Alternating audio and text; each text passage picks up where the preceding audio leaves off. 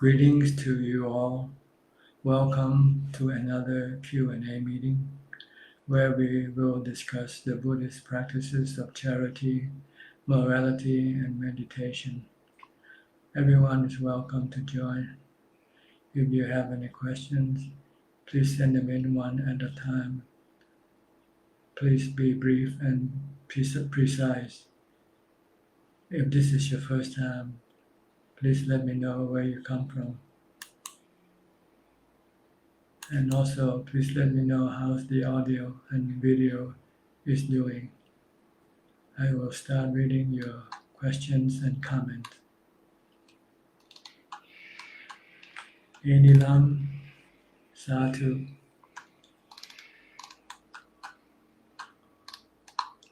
Kwan Patum Napa, Satu. Bilim Suki Hotu Tanajan, Satu, Satu. Liberty Lee, good day, Pante Krab, audio, video, good. Thank you. Kim Boon Chu, good afternoon, Ajahn. Good afternoon to you. Meal on meditation. Video and audio is clear. Thank you. Check link 10. Greetings, dear Tanajan. Audio and video are clear. Thank you. Lim Sui Kun, Satu, Satu. Really, good afternoon, Tanajan. I would like to ask if someone has the intention to keep his her words at the moment he or she is saying them, but afterward he she cannot keep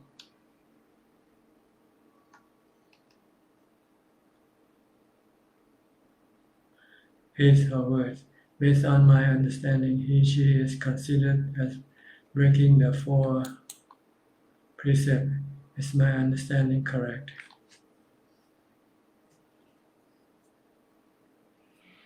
Well, if you promise to do something and you don't do it, then this is considered to be lying. So before you gonna say something, you want to make sure you say it correctly. If you're not certain of the future, but you have to say something about it, you can say if all goes well, I will do this and that. Then you can have a channel you can escape from lying, because you don't promise an absolute action. You say there's a condition.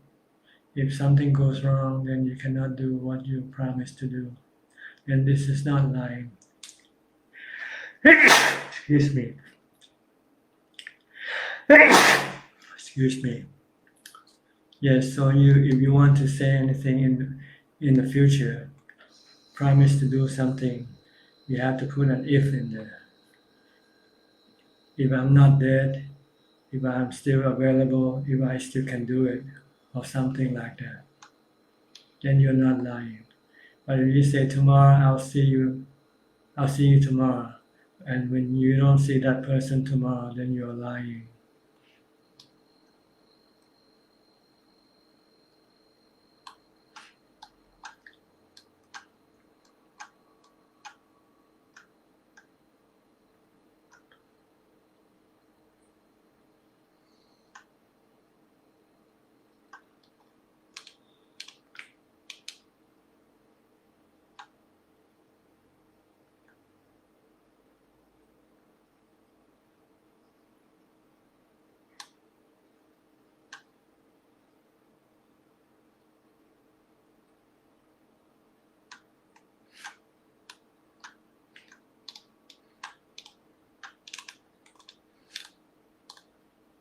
For example, Ajahn instructed me to mix my food, eat once a day, and drink water only to deal with my craving for food. I have said that I would follow the instruction. But in some occasion I could not resist my craving and could not do according to the instruction. Thus I would also like to take this opportunity to ask forgiveness that I could not keep my words. Like I said, you should put a little condition in what you promise, like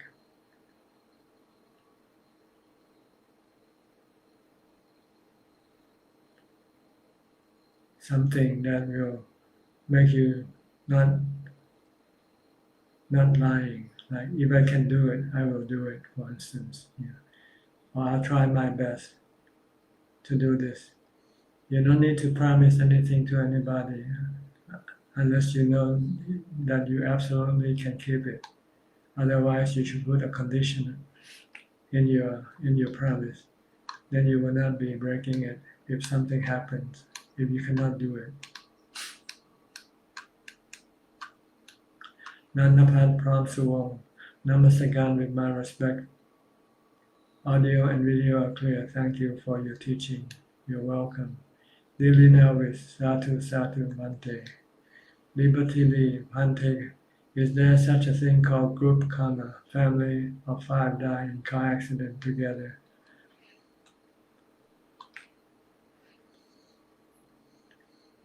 There is only one type of good karma. That is the action people they do together, like getting into the same car. And this is considered to be doing a group action, group karma. You're doing things together. So you receive the consequence of the karma together. But it's not from past lives, but it's just from this present life, this very action that caused you to die at the same time. So this group action is the action that you took together at the same time, riding in the same car that ran into an accident and killed everybody in the car. Chonburi MTR, Satu, Satu. Shelly Stino, Satu Tanajan. Can see and hear you clearly. Thank you. Terence T.H. Lee, wishing Tanajan well and happy. Thanks for your Dhamma teaching. You're welcome. Mandala Shi. Good afternoon, Ajahn. Could we always keep in nature mindfulness practice? It's better than use thinking to read the Dhamma book or ask questions.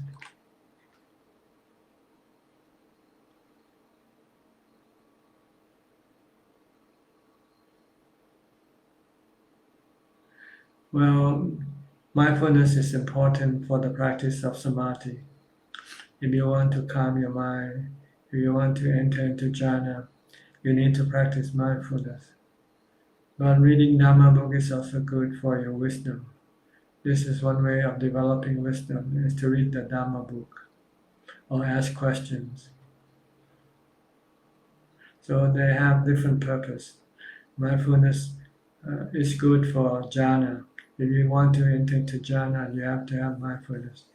If you want to have knowledge or wisdom, you have to read Dhamma books or ask questions. Kim Bunchu, Satu Satu. Shelly Stino, bless you Bante, thank you. Tony Ip, Satu. Wang Hussein, Satu Satu. Alfred Cole, Satu. Alvin Lee Wei-Peng, good morning Tanajan, thanks for your profound Dhamma teaching, Satu Satu. Honey Box, good day Ajahn. Sunny Lim, Satu Satu. Adeline Chin, good afternoon Tanajan, very happy to be here today listening in. Very happy to see you, to hear from you also. Commerce, Music Life, Satu. Chi Chin Chuan, dear Ajahn, when I read Buddha Sutta, is it considered trying to be mindful? When I am mindful in reading the Sutta, is it equal to meditation? No. When you're reading the Sutta, you are developing mindfulness, but the main goal is not mindfulness here. The main goal is to develop knowledge or wisdom, to learn something of the Buddha's teaching. And in order to be able to learn it properly, you need to be mindful. If your mind think about something while you're reading it, then you will not understand it. But it is not considered to be meditation. It's more for the development of knowledge. which you will then use it later on in your meditation practice. I.e. Namaskar Tanajan. C. G. Lim. Good afternoon, Tanajan. So glad to see Ajahn well and sharing the Dhamma teaching with us again. Sadhu, sadhu. May Ajahn be blessed abundantly with good health always. Thank you. Really, thank you very much for your answer. I would like to ask in relation to being patient towards the result of our practice. When we cannot really see the result of our practice, or the progress seems stagnant, how do we know that we have done the practice correctly and just need to wait for the result to appear naturally, especially when we practice on our own without teacher's supervision? Well, if you can maintain your sila, you are practicing correctly. And if you can develop mindfulness, being mindful at all times, this is also considered you're practicing correctly. But as far as the result of mindfulness, this can take time. For some people, many years before the mind eventually enter into jhana. But as long as you know that you are being mindful all day long, and you feel easy and light and happy, even though you haven't yet reached the jhana stage, then you are practicing okay.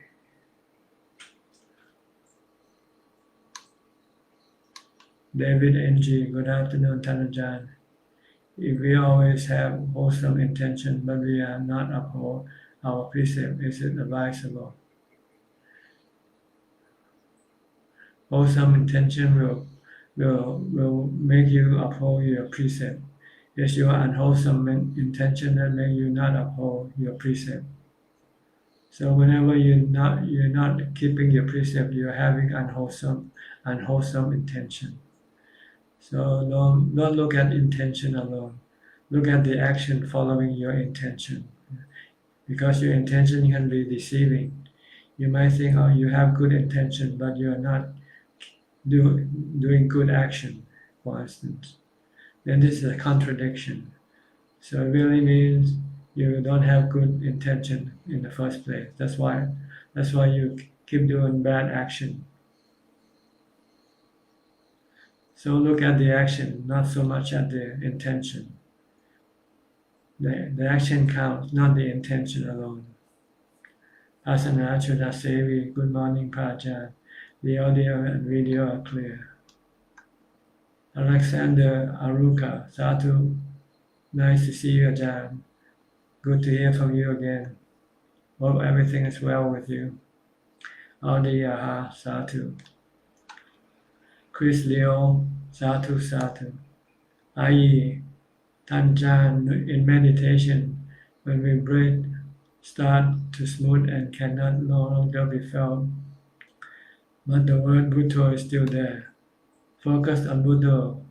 When the word Buddha start to disappear and there is only breath and breath out, in and out, is it okay just to focus on the breath only?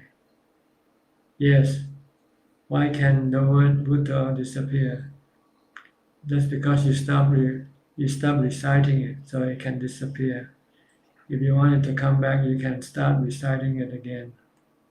What about both cannot be felt anymore? What should I do? Is my meditation in the right direction? If both disappear and your mind becomes still, then there's nothing to do.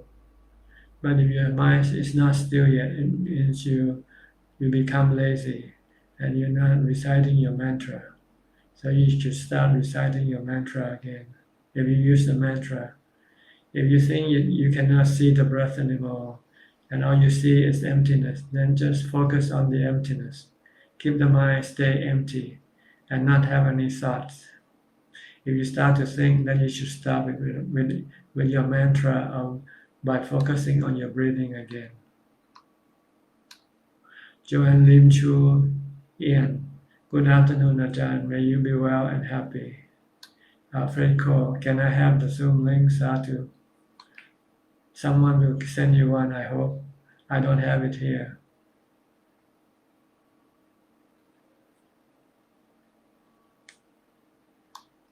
Mandala Shi, thank you so much. I only have 50B on the way. I see the mom and hungry old lady. 50B only, can buy one lunchbox. Should I offer mom? Is better? It depends who needs it more. If the lady needs it more than the mom, then you should give it to the lady. Yeah. You get the same, the giver get the same merit, but the receiver can benefit better. If the one is in really bad need, then you give that person rather to someone who is not in bad need. You want to alleviate suffering when you give. So look at the one who really suffer more and give to the one who suffer more. Or you can divide the meal into two. Yeah. You can buy the meal and then divide into 2 plates and give one to each.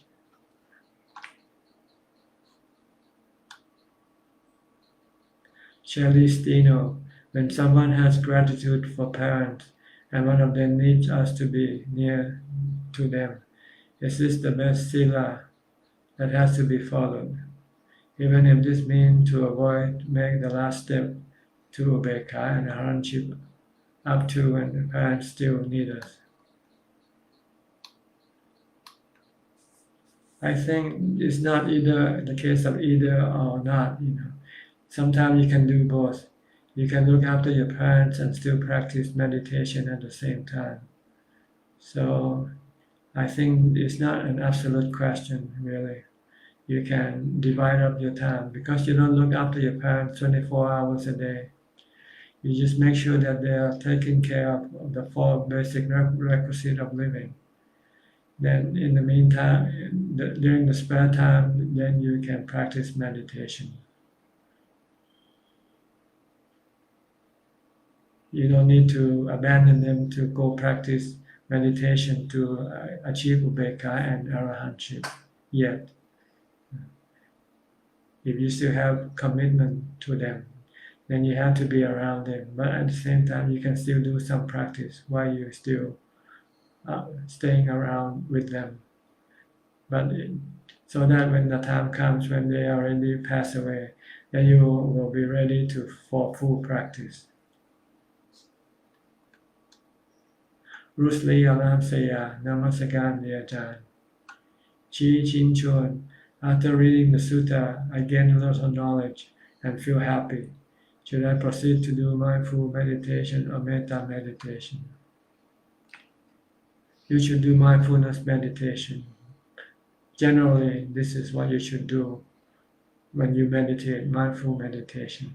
Metta meditation is for you when you have anger at someone. When you are angry and not happy with someone, then you should develop metta meditation so that you can forgive the person that you are angry with. Prangsa JW, Namaskaran Prajan. Omre, Satu. Really, how to deal with gain, praise, and honor obtained from being a monastic, so that they will not hinder the practice and instead creating more defilement. Thank you very much for your guidance. Give them away. Just only keep what you really need. Every time you get something and you don't really need it, give it away. Don't keep it. Don't let your defilement deceive you by thinking, oh, I might need this in the future, and keep it. This is defilement. So you look at the present and see if you need it or not. If you don't need it, then give it away. Fat Choi Chong, Satu Satu. James of greeting Ajahn. Greeting to you. Hanny Buck, why is it at times very diligent with practice and suddenly lost the momentum totally and back to ground zero? How can one keep progressing with practice? feeling hopeless, Ajahn, please. That's because your your mind keeps changing. Sometimes you have the desire to practice, and sometimes you don't have the desire to practice. So one way is to set up a schedule and stick with the schedule, whether you feel like practicing or not. Like you set up some time of the day that you will do practice, whatever amount of time you want to do the practice, set it up. And then when the time comes to do the practice, just do it. Even though you don't feel like doing it, you still have to do it. It is like eating. Normally you eat 3 meals a day. Sometimes when the time for you to eat, you don't feel eating. You don't feel like eating. But you know if you don't eat, you can be hungry later. So you force yourself to eat, even though you might not have appetite for it. This is the same way with meditation practice. You have to set up the schedule and stick to the schedule. Then you can overcome your laziness. Kenneth Han, good morning, Tanajan. Good morning to you, Professor.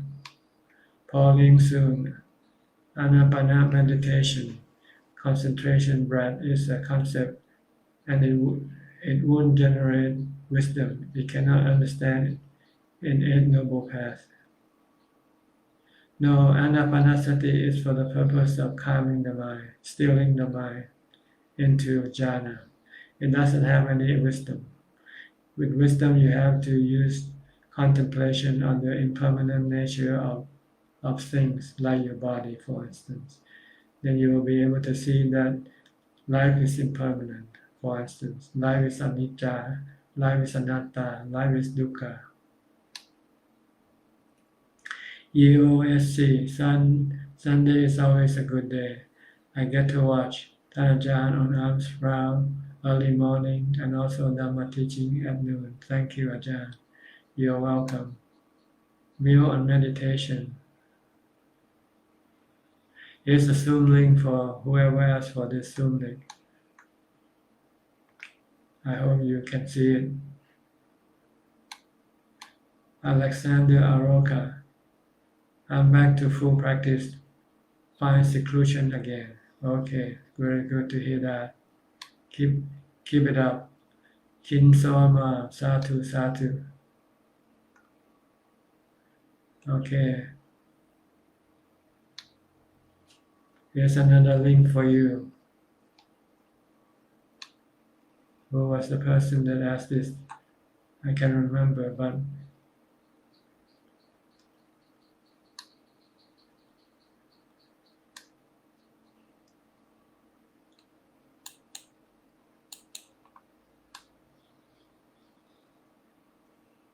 Celestino Anumodana Tanajan. You're welcome. Jita Sati. Dear Tanajan, bowing to you during trip. One question about Mangala Sutta.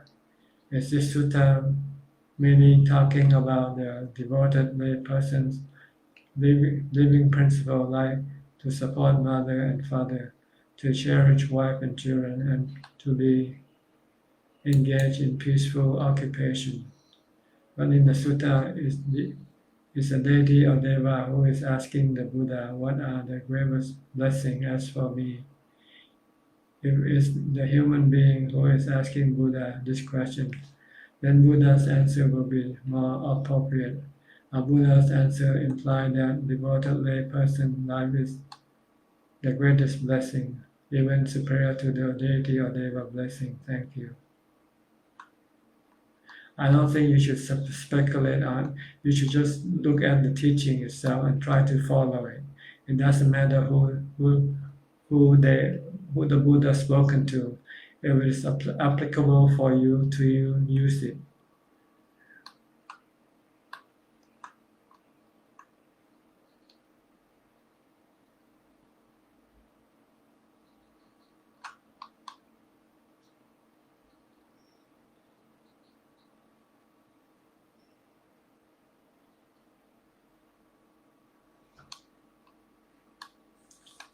I.e. Question number 2. If someone practices the precept, listen to the Dhamma and meditate, is it possible that the person has not yet attained the jhana, but his mind is already wise? I don't know about this question. I can say anything is possible, really. You cannot judge someone and then by their action and then assume that they have this or have not that. You have to talk to that person yourself to find out exactly. Mandala Shi. Last week, Ajahn teach us if a monk without Dhamma practice Dhamma, he will give Kumanthong help business good now. And a lady wanting learn Dhamma. How could her keep Kumanthong?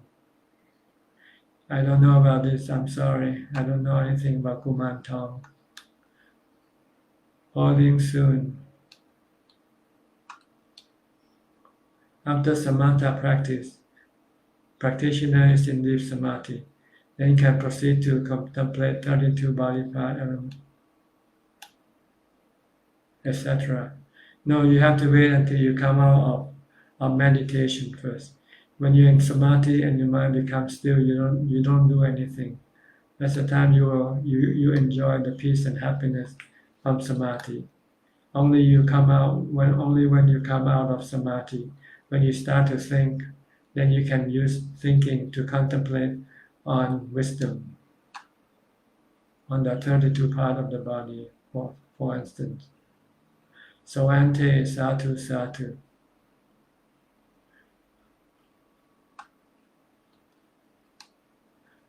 Menalashi. If give Kumanthong to others, like they will be far from true Dhamma. You give on deep mountain, Kumanthong will say, I don't know what you're talking about, Mandala, sorry. Pauline soon, can Ajahn explain Satipatthana Sutta? I explained it so many times already. It's a practice of developing mindfulness first, then samadhi, then wisdom. This is what contained in the Satipatthana Sutta. First, develop mindfulness. When you have mindfulness, then you can develop samadhi by sitting in meditation. And once you have jhana, when you come out of meditation, you contemplate on the nature of the body, of the feeling, and of the mind. One at a time, not all at the same time. Until you learn, you know that they are all anicca, dukkha, anatta. Then you let go of them, let go of your attachment to them.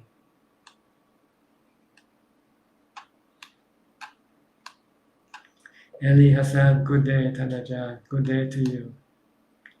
Anandati, Satu Satu. Ong Eng Eng, Satu.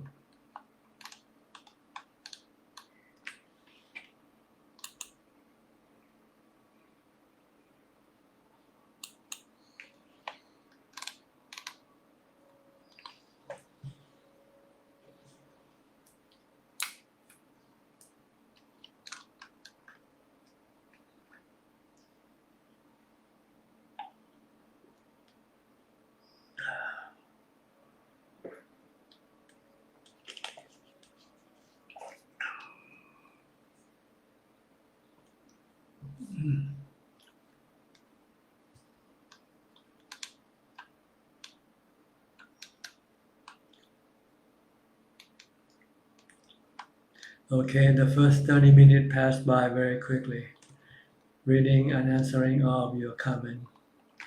I'm waiting for more. So far we have 64 comments and questions.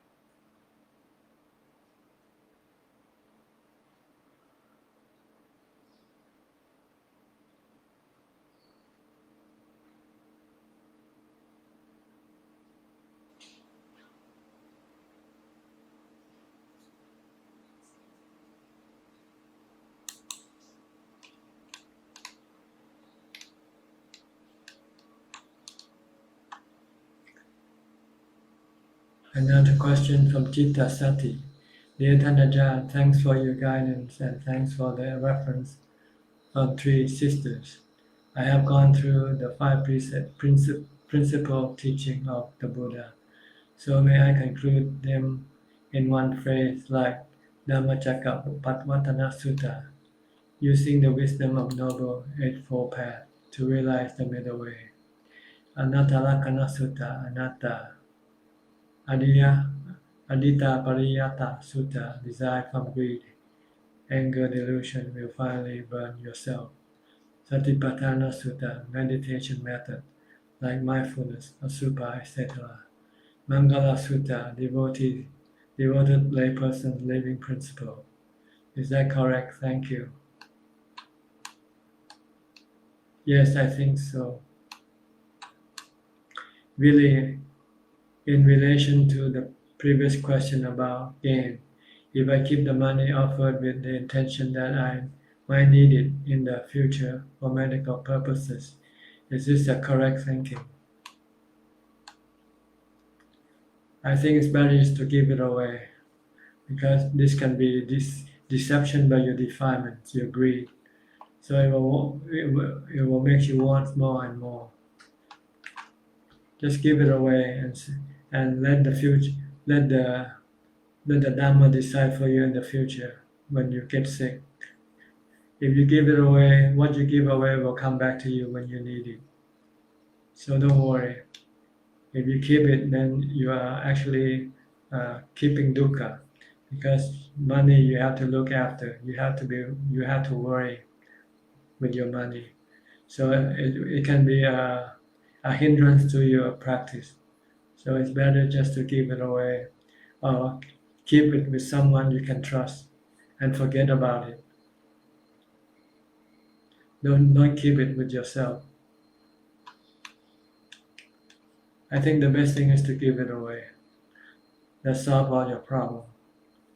If you keep it, then you will have attachment to it. And this is against your practice of letting go. Don't worry about if you get sick. You know you're gonna get sick. You know you're gonna die. So why worry about getting sick or die? Your purpose is to accept death, accept sickness. Akash Ketan, Namaskar Tanajan. My father has suffered from 3 strokes on his brain in last 2 years. He got scammed by people he trusted and feared he will lose everything due to the problem with law. His body is very frail and weak. Although he is not very old, and his mind is severely depressed, unable to comprehend any goodness around him. He does anapana sometimes, but nothing more. When he gets better, he only works tirelessly as the cause of his remaining health. How can I help him see the Dhamma and not waste his precious human life? We have to let him study the Dhamma teaching. Give him Dhamma books, Dhamma audio or video for him to hear or watch. If he listens to good Dhamma, this can help him make his mind less affected by dukkha. The Dhamma teaching will help him. Whether he will accept it or not, that's another story. Check link 10. Dear Thanajan, if there are no questions or comments, can you meditate with us for a little bit like last week? It was so beautiful and peaceful. Well, you should meditate yourself. You don't have to wait for me to meditate with you. What's wrong? What's wrong meditating by yourself? Just meditate. Try to meditate in as much possible in whatever condition or situation. When you got nothing to do, meditate. Just watch your breath. Handy box. Does Theravada hold funeral rituals or prayers for the deceased? Yes, in Thai Buddhism, when people die, they take the body to the temple and have monks chant some funeral rituals before cremating them. Chi Chin Chuan, dear Ajahn, is it true the Jhana Panjara Sutta or Chinamancha Sutta is an original Pali Sutta? Is it a sutta to invite Buddhas and Arahants to protect me? I don't know. I don't know about this. I'm sorry. Sutta, and the purpose of sutta is twofold. One is to give you wisdom or knowledge. Second is to enable you to have mindfulness. By studying the sutta, you have to be mindful. Celestino, can you suggest how to avoid or stop mental termination that Buddha said coming from previous life? Please, Tanajan. Mental termination, fermentation. You can use mindfulness, such as reciting the mantra Bhutto Bhutto. Every time you have mental fermentation, just keep reciting the mantra Bhutto Bhutto until the fermentation stops.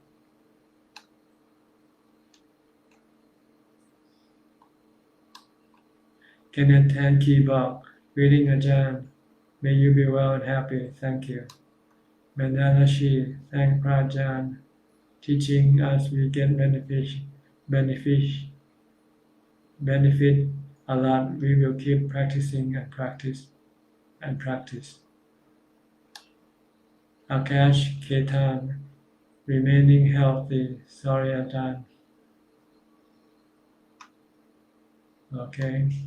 Alexander Aroka, Ajahn, could you please give a brief description about the 7-day enlightenment process that Mangalana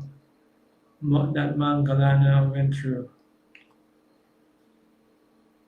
I'm sorry, I didn't study this sutta myself, so I didn't really know the detail that I can tell you about. You have to study it yourself. Look at the sutta and then read it. But it's all the same thing. You have to have mindfulness, you have to have jhana, then you have to have wisdom. You have to see everything as being anicca, dukkha, anatta. Low Chuk Boy, Satu Satu. Nusa Max, Satu Su Lan Uy, good afternoon, Ajahn. Good afternoon to you, Sulan.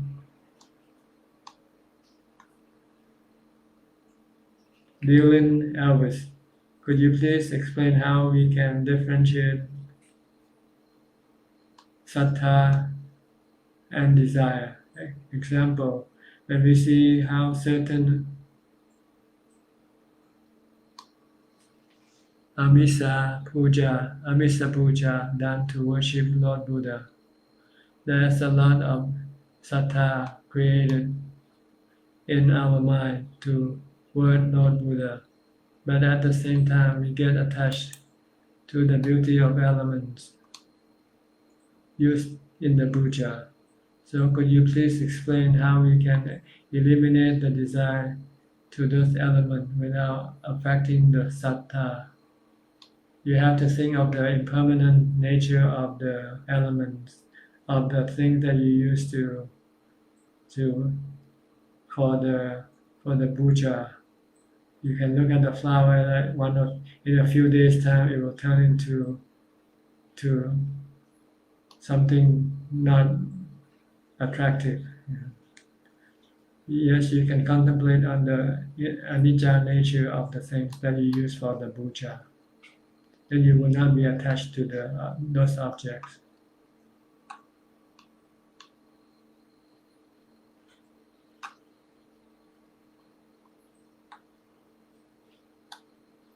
Bruce Lee Alam Saya, question from Singaporean friend. When I Yonggom inside my flat apartment, I did back and forth for about 18 paces, east to west orientation, and the ceiling is high. I felt dizzy easily. What would be the most common or or ideal length of Chonburi. Normally at least 25 to 30 or more will be a better distance to walk. If short distance, it can cause you dizziness from turning back, turning around. So if you're in a short distance space, then what you can do is not turn around. Just walk forward and backward instead. Don't turn around.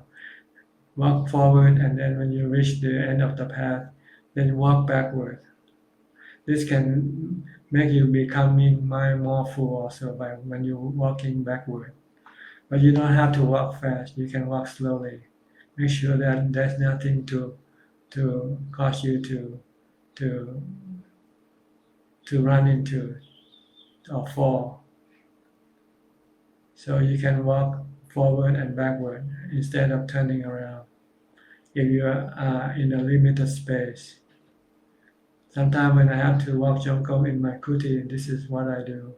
I walk forward and then I walk backward because I could only walk for about maybe 12 or 15 steps. So I usually walk slowly, and when I reach the end of the path, I don't turn around. I start walking back. And I put my hand behind my back, so make sure that when I reach the end of the path, I don't knock something over.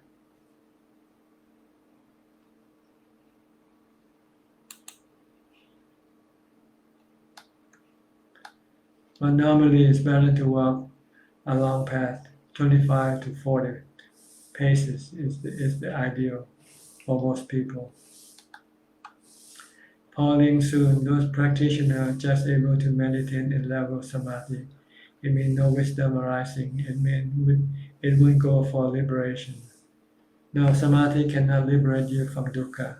You need to have wisdom. You need to have the ability to understand the Four Noble Truths and the three characteristics of existence. Tony, dear Ajahn, good afternoon. We have a question for Anagami. The greedy, hatred, and illusion was less. 2. What stage is it? For example, if a lay person with anger, he or she will act with body action, but Anagami, he or she will only act with speech up at inside the mind. Is this the stage? Hope Ajahn can answer for it. I think it's better that you reach that stage yourself, then you won't have to ask anybody about it. Because even telling you about it now will not make you an anagami. So don't worry, just keep letting go of the first 5 precepts. This is the goal, to become an anagami. Let go of the first 5 precepts, the 5 fetters. The fetters of Sakaya Ditti, and doubt in the Buddha Dhamma, and Sila Patanamasa, and Kamaraka, and Patika.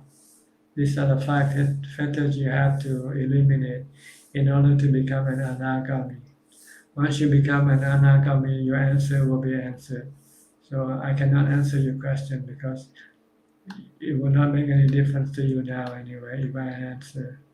So it's better for you to letting go of the first five fetters. Manuel Sanman, Satu. Enilam, Satu Satu. Sayak Olivier, Bonjour Tanajan. Hi, how are you? Haven't heard from you for a while. Is everything okay? Where are you now? Are you back in Thailand or are you still in Paris? Sulanui, dear Ajahn, thank you for your time. Sometimes we print out sutta or chant in hard copy papers. However, after the Dhamma session ends and we do not need the papers anymore. Sometimes people throw the paper away or they keep it at home, unsure what to do with it if it's stacked up, cluttering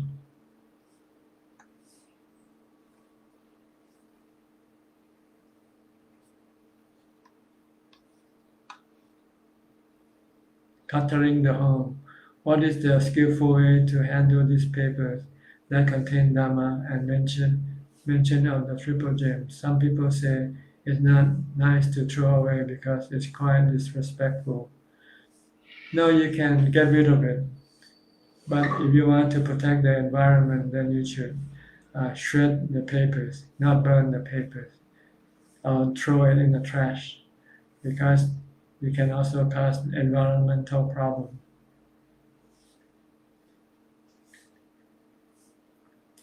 But you can get rid of it.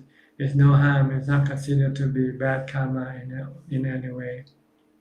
It's just papers you're getting rid of it.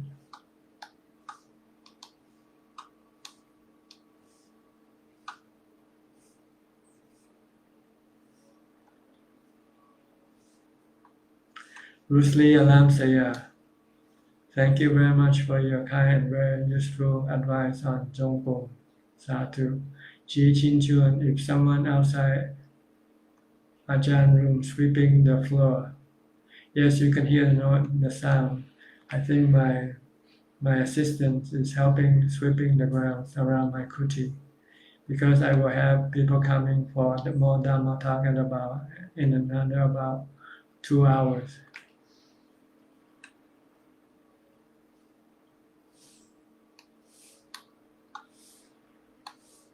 Tony, dear Thanajan, thank you for your advice and the teaching. Sadhu, sadhu.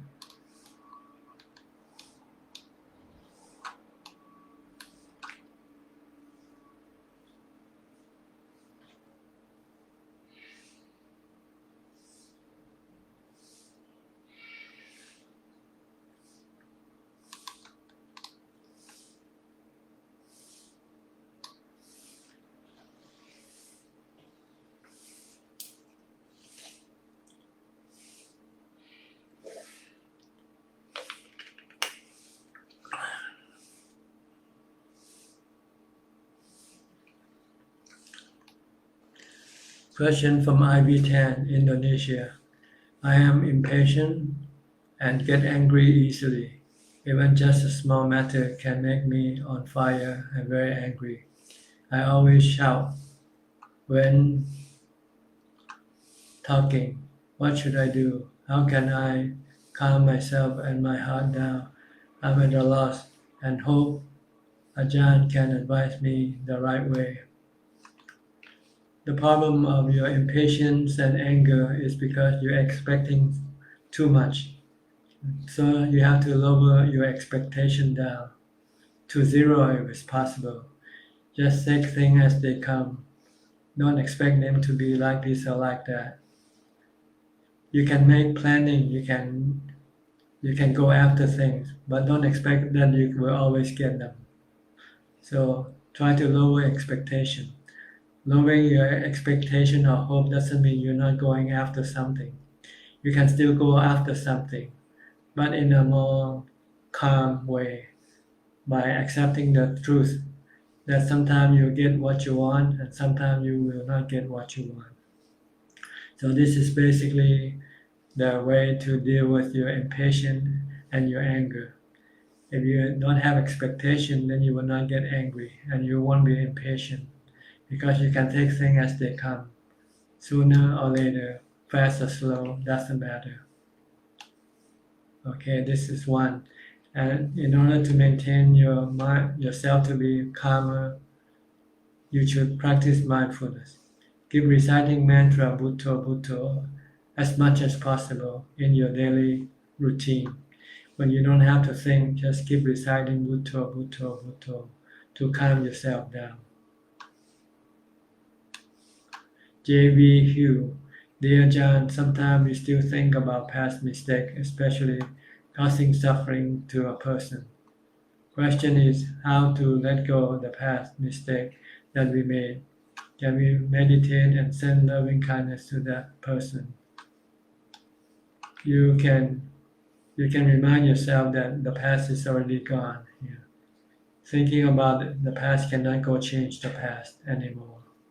You can only use the past to be a lesson to teach you not to repeat the same mistake again in the future. That's all you can do. And if you want to stop thinking about the past, when you think about the past, keep reciting the mantra Bhutto Bhutto. Whenever you think of the past that you don't need to think, then recite Bhutto Bhutto Bhutto until it stops, before you can start reciting the Bhutto mantra. If you want to send loving kindness to that person, you should go see that person yourself and bring some gift or do something beneficial for that person. Meditating or thinking about it doesn't do anything for that person. Sulan Uy, dear Ajahn, how does elderly with dementia practice mindfulness? Will their practice of mindfulness give to slow dementia? You have to practice when you don't have dementia, mindfulness, because the cause of dementia is because you don't have any mindfulness. So once you don't have mindfulness, it's difficult to start practicing mindfulness. So you should do it now while you still have some mindfulness left. You should practice more mindfulness to increase your mindfulness or to protect it from becoming decreasing. You keep practicing mindfulness now. If you can do this, then there will be no dementia. But once you have dementia, then it's almost impossible to do anything about it.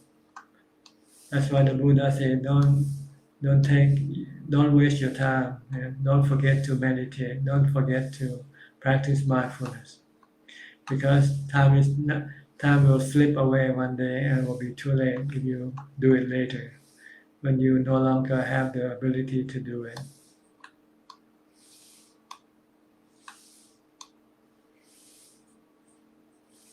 Pauline soon.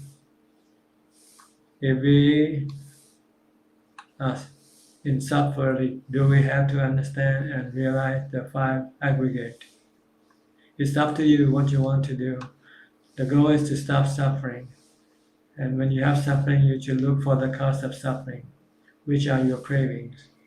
And once you know that your suffering is caused by your craving, then all you have to do is stop your craving. Then when you let go of your craving, you stop your craving, your suffering will disappear. Question number 3 from IE. Can the energy of some place affect the serenity when meditating and get calm easily? It's not the energy, it's the ambience of the place. If it's quiet place, it will support your meditation. If it's a noisy place with lots of activities, it can then hinder your meditation. Not the energy, the surroundings, the sound and the activities.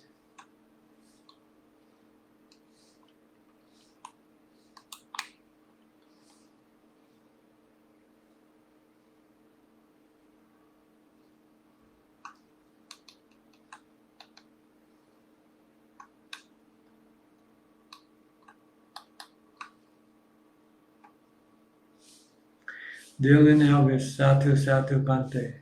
So in that sense, what's your view on someone pulling a lot of effort to do Amisa Bhuja in a beautiful, elegant, and very attractive manner, using vivid lighting, decoration, and so on, since we should see them as impermanent? Is the effort to make the puja beautiful a waste? No, you just have to accept that it's just impermanent. That's all, and besides, the Buddha said the real puja that he wants us to do is not the Amisa puja. He wants us to do the Patibati puja, which is to practice following his teaching, practice dana, practice charity, practice morality, and practice meditation. But if we cannot yet do these practices, then do the Amisa puja instead. At least it will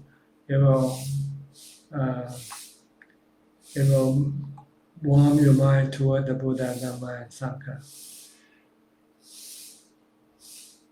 But once you can practice, then you can forget about the Amisa Bucha. Amisa Bucha is the first step toward Patibat Bucha. The goal is to Patibat Bucha, to practice following the teaching of the Buddha. But if you cannot yet practice, then you can pay homage or respect by giving offerings of flowers and beautiful things to the Buddha image, for instance.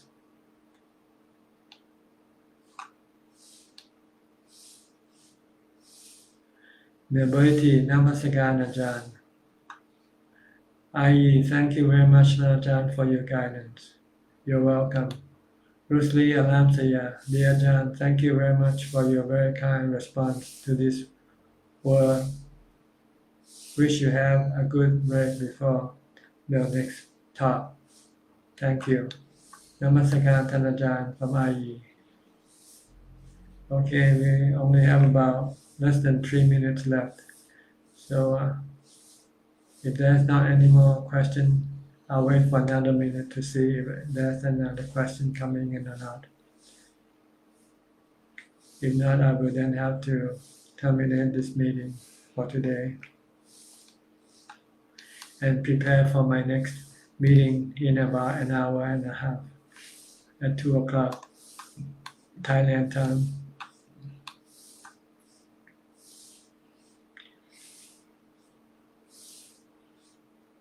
Okay, everybody's saying sadhu, sadhu. All right. Thank you very much for your participation in this meeting. I hope it will, or it benefits you, help you advance in your practice. In the meantime, please stay safe, stay mindful, and keep on practicing. And if all goes well, I'll see you all at the same time again next week. Thank you and goodbye.